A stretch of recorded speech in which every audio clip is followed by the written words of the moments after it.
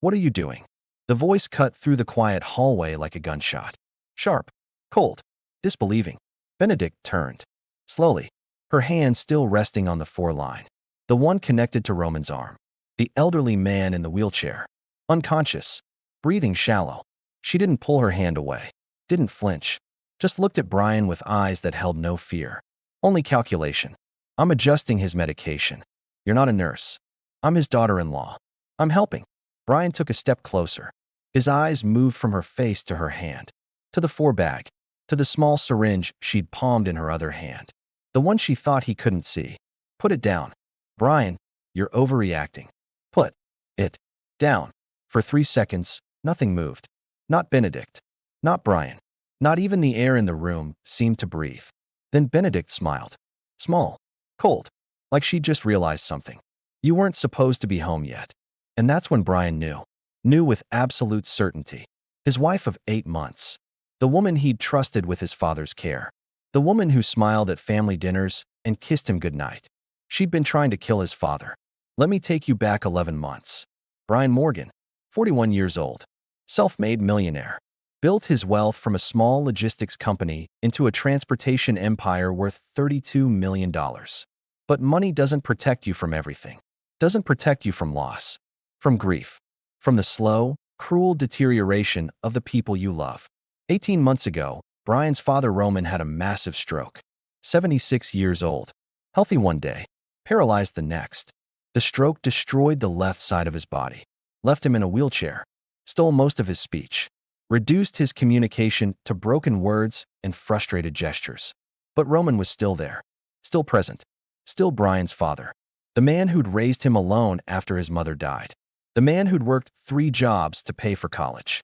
The man who'd never missed a single one of Brian's football games, even when he was working night shifts. So Brian brought him home. Renovated the house. Hired full-time care. Physical therapy. Speech therapy. Everything money could buy. Roman's room was on the 1st floor. Medical equipment. Hospital bed. Wheelchair. Everything he needed. And for 6 months, it was just the two of them. Brian and his father. Adapting. Adjusting. Finding a new normal.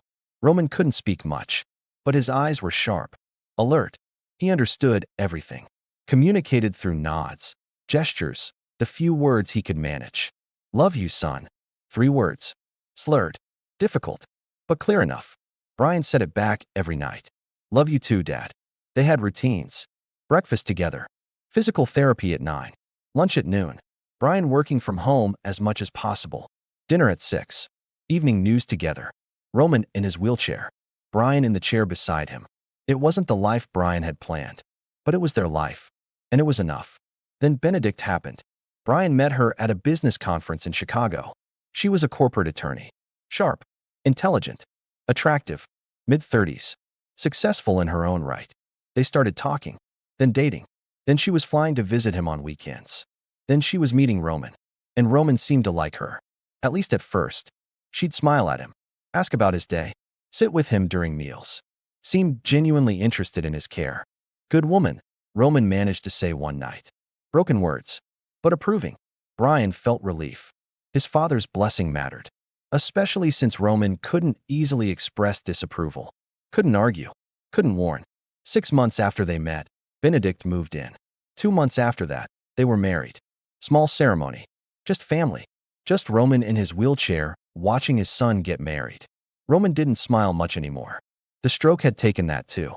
But Brian thought he saw approval in his father's eyes that day. He was wrong. Because what Brian didn't know, what he couldn't have known, was that Benedict was drowning in debt. Student loans from law school. Credit cards maxed out. A failed investment in a startup that collapsed. Gambling debts she'd hidden for years. For $170,000. That's what she owed. Between private loans, credit cards, and people who don't take kindly to late payments. And Benedict was desperate. She tried everything. Worked overtime. Took extra cases. Borrowed from friends who stopped returning her calls. Nothing was enough. The interest kept building. The threats kept coming. Then she met Brian. Millionaire. Widower. Lonely. And most importantly, his father controlled the family estate. $8 million in a trust. Set to transfer to Brian when Roman died.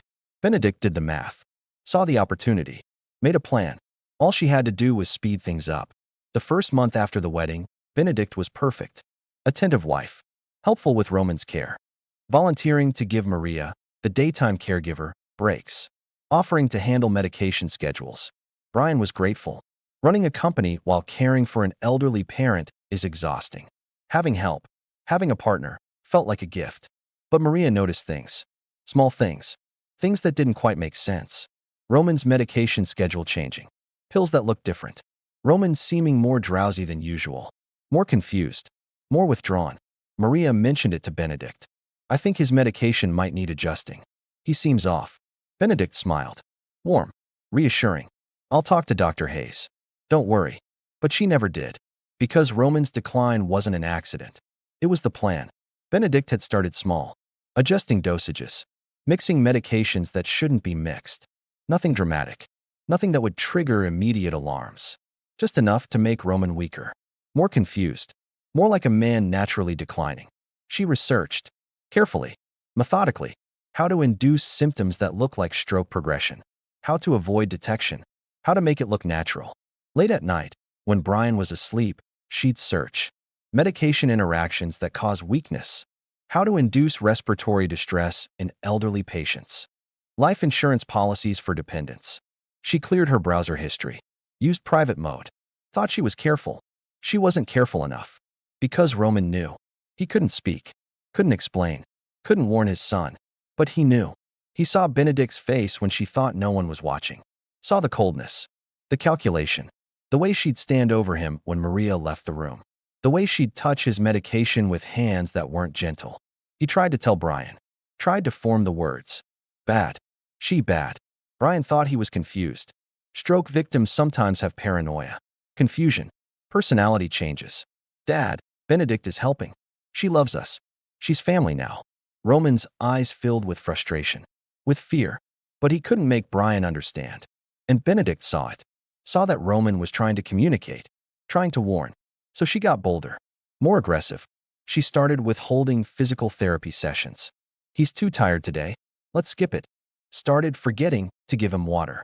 Dehydration in elderly stroke patients is dangerous. Causes confusion. Weakness. Can lead to another stroke. Started isolating him. He needs rest. Let's not have visitors today. Maria protested. Mr. Roman needs stimulation. Social interaction. The therapist says. I know what the therapist says. I'm his daughter-in-law. I'm making the decisions when Brian's not here. Maria backed off. But she didn't stop watching. Didn't stop taking notes. Documenting everything in a small journal she kept in her purse. Dates. Times. Medication changes. Roman's declining condition. Benedict's behavior when she thought no one was paying attention. Maria had been a caregiver for 30 years. She'd seen elder abuse before. Recognized the signs. She just needed proof. Needed something concrete before going to Brian. Because accusing a man's wife of trying to kill his father? Without evidence? That's a conversation you can't take back. Meanwhile, Benedict was running out of time. Her debts were coming due. The people she owed weren't patient. Weren't understanding. She needed Roman dead. Soon. So she made a plan. A final plan. Brian was scheduled to fly to Seattle for a 3-day business meeting. Important clients. Couldn't be rescheduled. Benedict volunteered to stay home. I'll take care of Roman. You focus on work. Brian was grateful. Kissed her goodbye. Left for the airport at 5 a.m. The house was quiet after he left. Just Benedict, Maria, and Roman. Benedict waited until Maria went to the kitchen. Then she moved. Went to Roman's room. He was awake. Eyes following her. Wary. She closed the door. Locked it from the inside. Roman's eyes widened. Fear. Recognition. Benedict pulled a syringe from her pocket. Pre-filled. Carefully measured. This won't hurt. You'll just go to sleep. It'll look like your heart gave out. Natural. Peaceful. Everyone will be sad. Brian will inherit. And I'll be the devoted widow who helped him through his grief. Roman tried to speak. Tried to move his one functioning arm. Tried to reach for the call button. Benedict moved it out of reach. Don't struggle. You'll just make it worse. She approached the 4-line. The one delivering his regular medications. All she had to do was inject the syringe contents into the line. Wait 20 minutes. And Roman would be gone. She positioned the needle. Started to push it into the port. And that's when she heard it. A car in the driveway. Engine cutting off. Benedict froze. That wasn't possible. Brian wasn't supposed to be back. He was supposed to be on a plane to Seattle. But the front door opened. Footsteps in the hallway. Moving fast. Benedict pulled the syringe back. Tried to hide it. But there was no time. The bedroom door handle turned. Locked. Benedict? Why is this door locked? Brian's voice. Confused. Then concerned. Open the door. Now. Benedict's mind raced. She could explain. She could lie. She was good at lying. She unlocked the door. Opened it. Smiled. Brian, what are you doing home? I thought. Brian's eyes went past her. To his father. To the fear in Roman's eyes. To the foreline. To Benedict's hand behind her back. What are you doing? And that's where we started. That's the moment everything changed. Benedict tried to play it off. I'm adjusting his medication. But Brian saw through it. Saw the syringe. Saw his father's terror. Saw the truth. Put it down. Benedict's smile faded. Her mask slipped. And Brian saw her. Really saw her. For the first time. Not his wife. Not his partner. A stranger. A threat. Someone who'd been living in his house. Sleeping in his bed. Planning his father's murder. You weren't supposed to be home yet. Those words. Cold. Calculating. Confirming everything. Brian's voice was steady. Controlled. But his hands were shaking. Step away from him. Right now. Benedict didn't move. Brian, you don't understand. Your father is suffering. He's never going to get better. This is mercy. Don't. Don't you dare. He's a burden. On you. On everyone. I'm helping. You're trying to kill him. The words hung in the air. Undeniable. True. Benedict's expression shifted. From calculated calm to something else. Something desperate.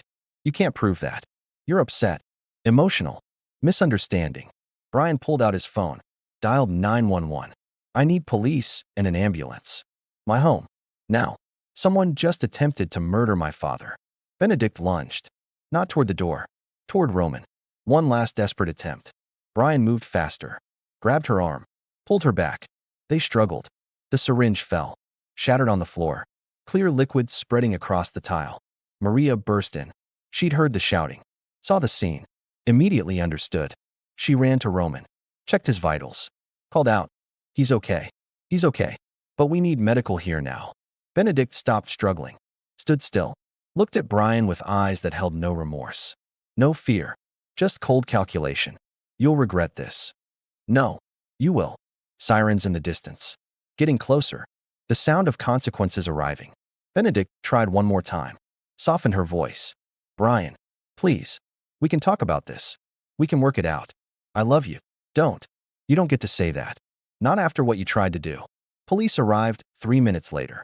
Detective Josephine Hunter. 15-year veteran. She'd seen cases like this before. Elder abuse. Financial motive. Desperate spouses. She took one look at the scene and called for crime scene techs. Nobody touch anything. This is an attempted murder scene. They found the syringe.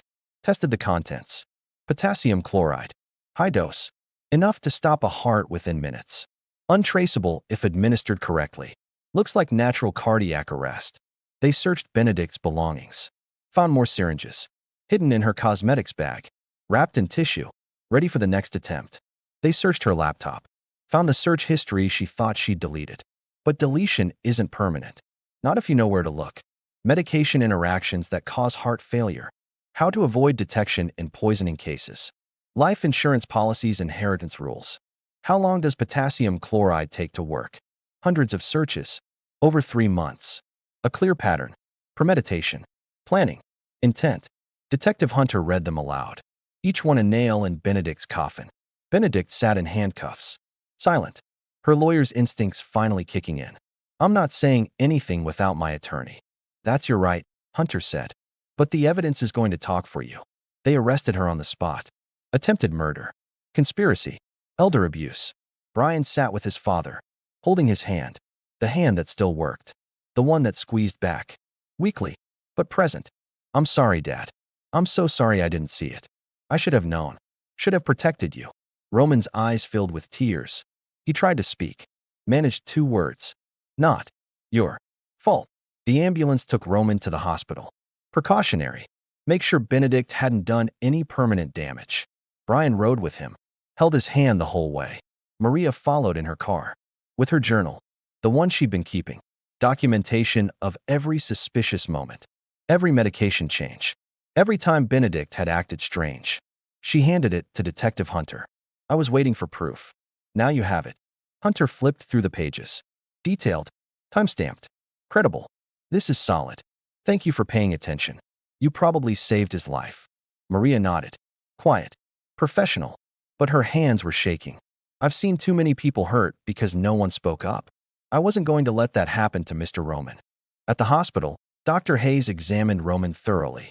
Blood tests. Neurological evaluation. Cardiac monitoring. He's stable. No permanent damage from today. But I'm seeing signs of medication mismanagement over the past several months. Dosages that don't make sense. Combinations that are borderline dangerous. Brian closed his eyes. She's been doing this for a while. It appears so.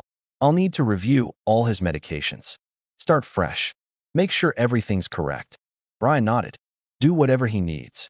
Whatever it takes. The investigation moved fast. Detective Hunter didn't waste time. She pulled Benedict's financial records. Bank statements. Credit reports. Loan documents. The debt was worse than Brian knew. Worse than anyone knew. $470,000. Multiple creditors. Some legitimate. Some very much not. Collection notices. Threats. Late payment fees compounding daily. Hunter found emails. Text messages. Benedict had been communicating with a loan shark. Someone who'd made it very clear what happened to people who didn't pay. You have 2 weeks. Then we take collateral. And you don't want to know what we consider collateral. Benedict had responded.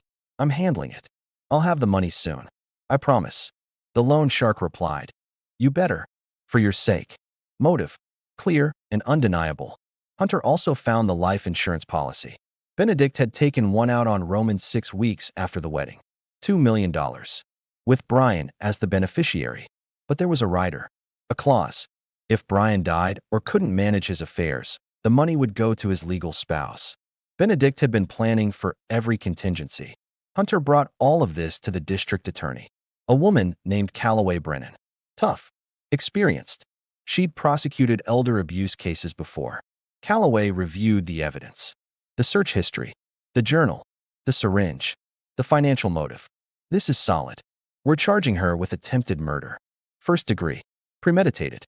Plus conspiracy, elder abuse, and fraud. What are we looking at for sentencing? If convicted, 20 years minimum. Maybe more. Brian met with Calloway the next day. She explained the process. The timeline. What to expect. This is going to be hard. Trials always are. Especially when it's family. When it's someone you trusted. I don't care how hard it is. I want her held accountable. She tried to kill my father. In our home. While I was supposed to be away. We'll make sure she is. But I need you to be prepared. Her defense will try to paint this differently. They'll claim misunderstanding. Accident. They'll attack your father's credibility. Say he's confused. Unreliable. My father is sharp. The stroke affected his body. Not his mind. I believe you. But juries can be unpredictable. We need to be ready for everything. Brian nodded. Whatever you need. I'm here. Good. Because your father is going to have to testify. And I know that's going to be difficult for him. Roman did testify. 3 months later. At the preliminary hearing. They set up accommodations. A tablet with communication software. A speech therapist to help interpret. Time. Patience. Roman sat in his wheelchair. Facing the judge. Facing Benedict, who sat at the defense table with her attorney. A man named Hunter Walsh. Expensive suit. Slick manner. The kind of lawyer who specializes in impossible defenses. The prosecutor asked Roman questions. Slowly. Carefully. Mr. Morgan, do you remember the day in question? The day your son came home. Roman nodded. Tapped the tablet. The text-to-speech voice spoke for him. Yes, I remember. Can you tell us what happened? Roman typed slowly, his one good hand moving across the screen. Benedict came into my room. Locked the door. Showed me a syringe. Said I was going to die. Said it would look natural. Said Brian would inherit and she would be rich. The courtroom was silent. Hunter Walsh stood. Objection. This witness has limited communication ability. We can't verify the accuracy of. The judge cut him off. Overruled. Mr. Morgan is using assistive technology. That's well within his rights. Continue. Roman kept typing. She tried to inject the 4. Brian came home. Stopped her. She said I wasn't supposed to live. She said I was in the way. Benedict sat perfectly still. No emotion. No reaction. but her hands were clenched under the table. White knuckles. Barely controlled rage. The defense tried to discredit Roman. Suggested the stroke had caused confusion. Paranoia. False memories. But Roman was prepared. He had Maria's journal. The medical records showing medication tampering. The dates matching Benedict's behavior. The judge ruled there was sufficient evidence for trial. Benedict's bail was set at $2 million. She couldn't pay it. Stayed in jail. Her family tried to help. Her mother, her sister, they mortgaged their homes. Borrowed from friends. Raised $500,000. Not enough. Benedict stayed behind bars. And she got angry. Really angry. She started making calls from jail. To her sister. To friends. Trying to build a defense. Trying to create doubt. Brian is lying. He's always resented me. This is a setup. Roman is confused. He doesn't know what he's saying. Her sister Nellie believed her at first. Visited her in jail. Listened to her story. Then Nellie talked to Brian. Asked for his side. Brian showed her everything. The evidence. The search history. Maria's journal. The syringe contents. The financial records. Nellie went back to the jail. One more visit. You tried to kill an old man. A man who couldn't defend himself. For money.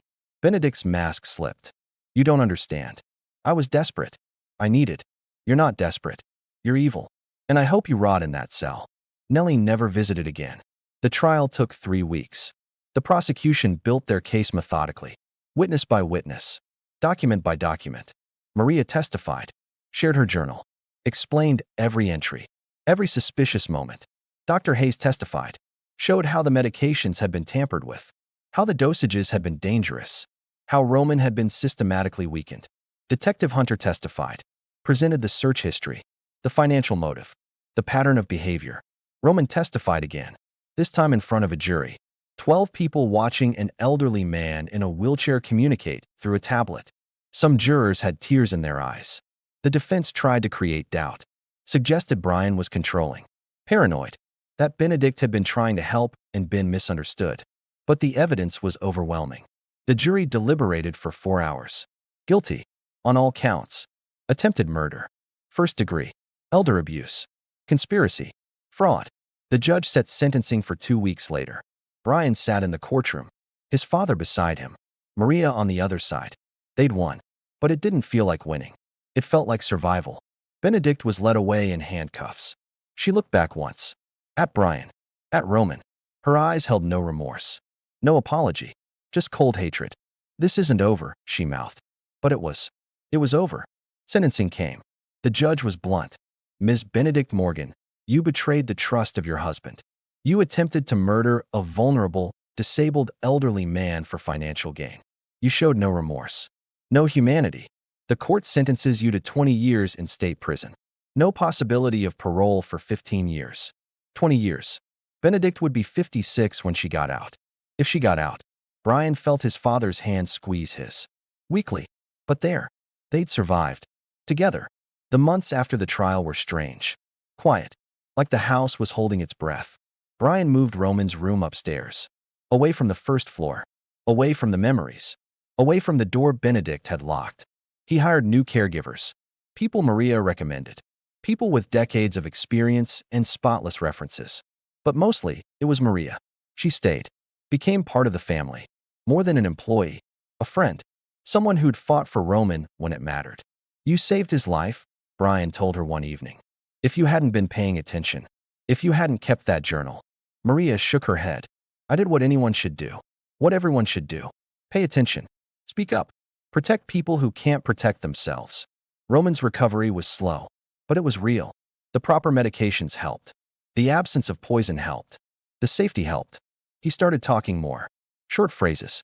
Broken. But more than before. Love you, son. Thank you, Maria. Good day today. Small victories. But victories nonetheless. Brian started working from home more. Not because he had to. Because he wanted to. Because he'd almost lost his father. And he wasn't going to waste whatever time they had left. They watched football together.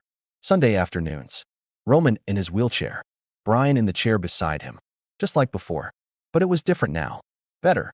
Because Brian paid attention now. Really paid attention. To his father's expressions. His gestures. The things he couldn't say in words, but said in other ways. They communicated better than they had in years. Even with the stroke. even with the limited speech. Because Brian learned to listen, to watch, to see his father as a person, not a patient, not a burden, a person. Roman smiled more, laughed sometimes, at the games, at bad commercials, at Brian's terrible cooking. Life found a rhythm again, slower, quieter, but good. Brian never remarried, never even dated. Not because he was afraid, but because he didn't need to. He had what mattered. His father, his family, the people who'd fought for him when it counted. Maria eventually told him her story, about her own father, how he died in a nursing home, neglected, abused, how she'd been too far away to know, to help. That's why I do this work, she said. That's why I pay attention. Because no one paid attention for my father, and I won't let that happen to anyone else. Brian understood. Grief makes you careful, makes you vigilant, makes you fight harder. They formed an unexpected family. Brian, Roman, Maria, built on survival, on loyalty, on showing up. Roman lived for more years. Good years. Safe years. He died in his sleep. Peacefully. At home. With Brian holding his hand. 80 years old. Longer than the doctors predicted. Longer than anyone expected after the stroke. But he made it. Because people fought for him. Because people cared. Because family isn't just biology. It's choice. It's presence. It's fighting for each other when it matters. At the funeral, Brian spoke. Short. Direct. My father survived a stroke. He survived an attempt on his life. He survived because he was strong, but also because people cared enough to protect him. Maria, Detective Hunter, Dr. Hayes, everyone who paid attention when it mattered. That's what family is. Not blood, not marriage certificates. Showing up, fighting, protecting. Maria sat in the front row, crying quietly, saying goodbye to the man she'd saved, the man she'd grown to love like family. After the service, Brian pulled her aside, handed her an envelope. What's this? My father's will. He left you something. Maria opened it. Her eyes went wide. $500,000. And a note. In Roman's shaky handwriting. Thank you for saving my life. For seeing me. For fighting. You are family. Roman. Maria broke down. Full sobs. Years of grief for her own father. Relief for Roman. Gratitude for being seen. Brian hugged her. He meant it. Your family. And she was. Still is. Brian set up a foundation in his father's name. The Roman Morgan Elder Protection Fund. Focused on investigating elder abuse. Training caregivers. Supporting victims. Maria ran it. Used her experience. Her knowledge. Her fierce protective instinct. They've helped dozens of families. Stopped abuse. Saved lives. Because Roman's story wasn't just about survival. It was about what happens when people pay attention. When people care enough to act. Benedict served her time. 15 years before parole eligibility. She applied. Was denied. Applied again 2 years later. Denied again. No remorse. No growth. No change. Just time served. She'll apply again. Maybe she'll get out eventually. Maybe not. Brian doesn't think about her much anymore. She's not worth the energy. Not worth the space in his head. He thinks about his father. About Maria. About the people who showed up when it mattered. That's what family is. Showing up. Paying attention. Fighting for each other. Not because you have to. Because you choose to. If this story made you think about the people in your life who need protection, drop a comment below. Have you ever seen something that didn't seem right? Did you speak up? Or do you wish you had? And if you want more stories about courage, protection, and people who refuse to stay silent when it matters, hit subscribe right now. Because we're just getting started.